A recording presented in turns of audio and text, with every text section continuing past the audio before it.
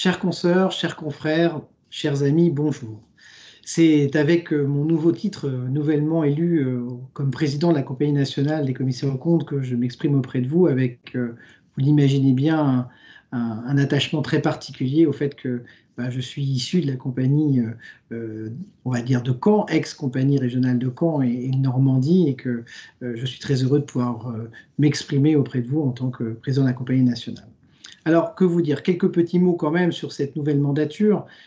qui est une mandature qui s'inscrit dans un contexte très particulier. Nous avons subi ces dernières années beaucoup de choses, à commencer par le relèvement des seuils, qui a été, je crois, extrêmement violent pour notre profession, pas uniquement parce que il a abouti à un relèvement des seuils, mais aussi parce que, à l'occasion des débats qui ont pu avoir lieu autour de ce relèvement des seuils, à de nombreuses reprises, des propos inacceptables, intolérables ont été tenus sur notre profession, allant jusqu'à remettre en cause notre utilité. Il faut malheureusement aujourd'hui prendre acte de ce texte injuste et incompréhensible, mais pour autant il s'applique à nous, et nous intégrer dans une nouvelle dimension. Cette nouvelle dimension, c'est de se dire que nous avons une belle profession, nous disposons d'atouts forts, des atouts de compétences, des atouts d'excellence même, je devrais-je dire, des atouts de positionnement, puisque les commissaires aux comptes, c'est 11 500 professionnels sur l'ensemble des territoires. Et à ce titre, je crois que nous pouvons nous enorgueillir d'être clairement des professionnels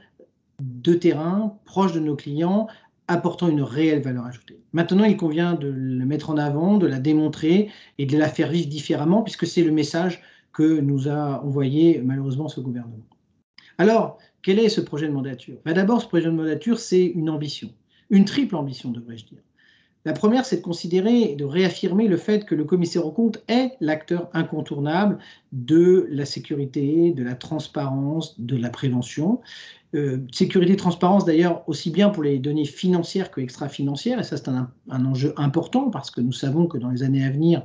la donnée extra-financière va devenir de plus en plus significative, voire même prendre peut-être le pas sur la donnée financière, et qu'à ce titre, les commissaires aux comptes, les auditeurs que nous sommes, avons toutes les compétences pour gérer les enjeux autour justement de la bonne information, qu'elle soit financière ou non.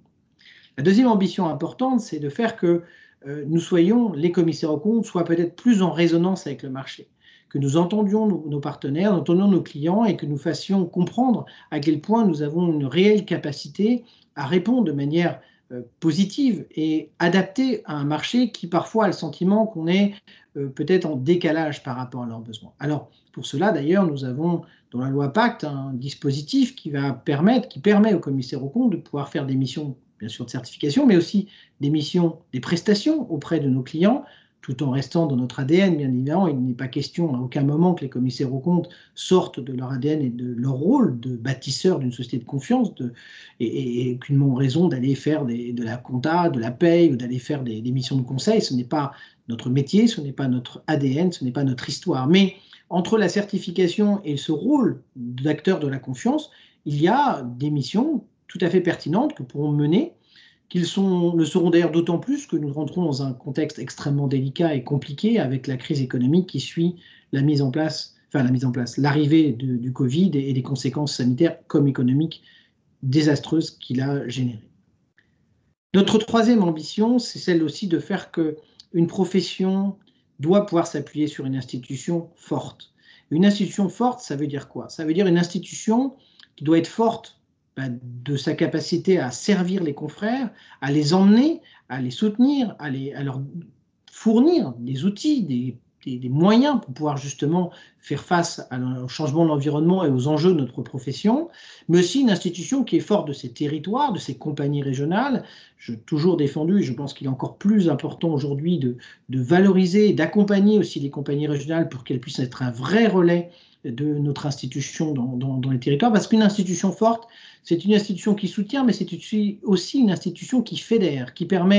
nous permet d'échanger entre nous, de partager nos bonnes pratiques. Nous restons des consoeurs et des confrères, et la confraternité, elle passe aussi par l'importance du rôle de l'institution et de son bon fonctionnement. Et nous souhaitons, à ce titre, réformer l'institution.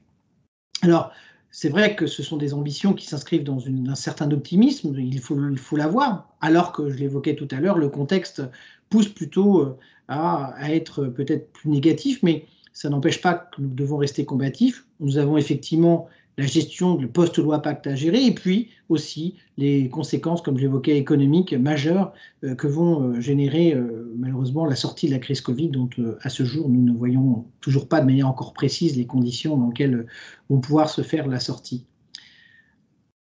Ce que je voulais vous dire au travers de ce petit discours, c'est que le travail sera long, les chantiers que nous aurons à mener sur nos marchés, sur notre ADN, sur notre repositionnement, une position que nous méritons vis-à-vis de nos partenaires, la reconnaissance des pouvoirs publics de ce qu'est notre métier, de ce que nous apportons. Tout ce travail-là, qui est fondamental, bien sûr, prendra du temps, mais il doit être porteur d'avenir. Il doit être porteur d'avenir parce qu'on a aussi avec nous, autour de nous, des jeunes professionnels, et que nous devons rester une profession attractive, et que pour qu'elle reste attractive, cette profession, nous devons pouvoir lui donner et lui montrer et démontrer qu'elle a un avenir. Je crois profondément en l'intérêt de notre profession, que j'aime depuis toujours, qui a été une vocation, et je crois que ça a été le cas pour beaucoup d'entre nous, et je crois qu'elle est vraiment source d'enrichissement et d'épanouissement pour beaucoup de jeunes collaborateurs. Et donc ça aussi, il faudra que nous sachions le communiquer. Et donc ce discours d'optimisme qui n'en est pas non pour autant naïf, puisque nous savons les obstacles et les chemins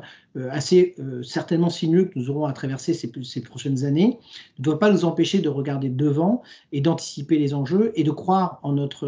la justesse de notre positionnement, la justesse de la pertinence de notre action sur les territoires. Et nos clients, ceux qui nous côtoient au quotidien, savent nous le dire. Alors, je souhaite et j'espère que tous ensemble, nous pourrons effectivement créer l'unité, parce que ce virage que nous avons à prendre est un virage qui nécessite de la solidarité, qui nécessite de l'entraide, qui nécessite que l'ensemble des professionnels, quel que soit leur mode d'exercice, leur taille de cabinet, puissent justement passer dans ce nouveau paradigme et puissent accompagner l'organisation de leur cabinet, les compétences de leurs collaborateurs et nos propres compétences au service justement d'un positionnement qui est un nouveau positionnement par rapport à l'environnement, mais qui ne change pas, et là je le disais tout à l'heure, fondamentalement ce qu'est notre ADN et ce qu'est notre mission d'intérêt général depuis toujours. Et ça, je crois qu'il faut que l'on soit ancré sur ce socle-là, parce que celui-là, il n'a pas changé, il ne doit pas changer. C'est la façon dont on fait vivre notre mission d'intérêt général qui doit évoluer, et pas ce que nous sommes intrinsèquement. Donc, ça veut dire aussi que je suis très attaché à l'identité propre des commissaires aux comptes. Nous avons une institution sœur qui est le Conseil supérieur de l'ordre des experts comptables. Nous sommes, pour beaucoup d'entre nous, nous exerçons les deux métiers. Et je crois aussi fondamentalement que chacun de ces deux métiers ont une identité propre, ont un rôle respectif propre, et nous pouvons le faire vivre ensemble, chacun à notre niveau et en toute complémentarité et pertinence. Nous l'avons d'ailleurs, à titre d'exemple, déjà fait, puisque dans le cadre de la commission sur la prévention, les dispositifs permettant la prévention des entreprises en difficulté, qui a eu lieu au mois de décembre, Ordre et compagnie, ensemble, ont proposé chacun des propositions concrètes, pragmatiques, de rôles respectifs de nos deux métiers, nos deux institutions dans cette dynamique-là. Et cette co-construction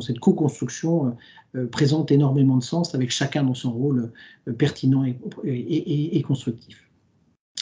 Sur ce, je souhaite en tout cas l'occasion, dans les mois et années à venir, de vous présenter un petit peu plus en détail tous les chantiers que nous sommes en train de mettre en œuvre, à la fois sur l'étude de marché, les premières analyses de la loi Pacte, elles sont conséquences sur nos activités, sur la mise en place d'une nouvelle commission prospective qui doit nous permettre aussi de ne plus subir, mais d'anticiper plus les sujets, parce que l'environnement continue à changer entre la montée en puissance de la RSE, la montée en puissance du digital et des conséquences sur le fonctionnement de nos clients, mais aussi sur les nôtres, avec une commission aussi spéciale que je souhaite constituer pour mener une vraie réflexion de fond sur transparence, sécurité et ce qu'attend l'environnement sur ces sujets-là, et comment justement nous sommes totalement légitimes, ou comment nous pourrions être encore plus en ajustant justement notre discours et nos actions. Voilà plein déjà de quelques premiers chantiers que je peux vous donner, qui sont des chantiers porteurs d'avenir, porteurs d'enthousiasme, en tout cas je l'espère, et qui doivent nous permettre de pouvoir progressivement faire notre mutation. D'autres professions du droit et du chiffre ont dû la faire et ont réussi à la faire. Et il n'est pas question que nous ne soyons pas capables comme les autres de mener ce schéma. En tout cas, on parlait de confiance. Je suis confiant et j'ai confiance en l'ensemble des professionnels pour participer et agir activement vers cette transformation nécessaire, mais porteuse, encore une fois, d'avenir. Voilà, sur ces quelques mots, je vous souhaite donc tous une très bonne continuation. J'espère vous retrouver, non pas de manière dématérialisée comme ça a été le cas ces derniers mois du fait du Covid, mais j'espère en présentiel et de vous rencontrer, développer les échanges. Et je souhaite que l'année 2021 notamment soit l'occasion de retrouver justement ces échanges plus directs qui sont toujours propices à la convivialité et à la qualité de nos échanges en général. Écoutez, à très bientôt. Bonne année 2021 et je vous salue. Au revoir.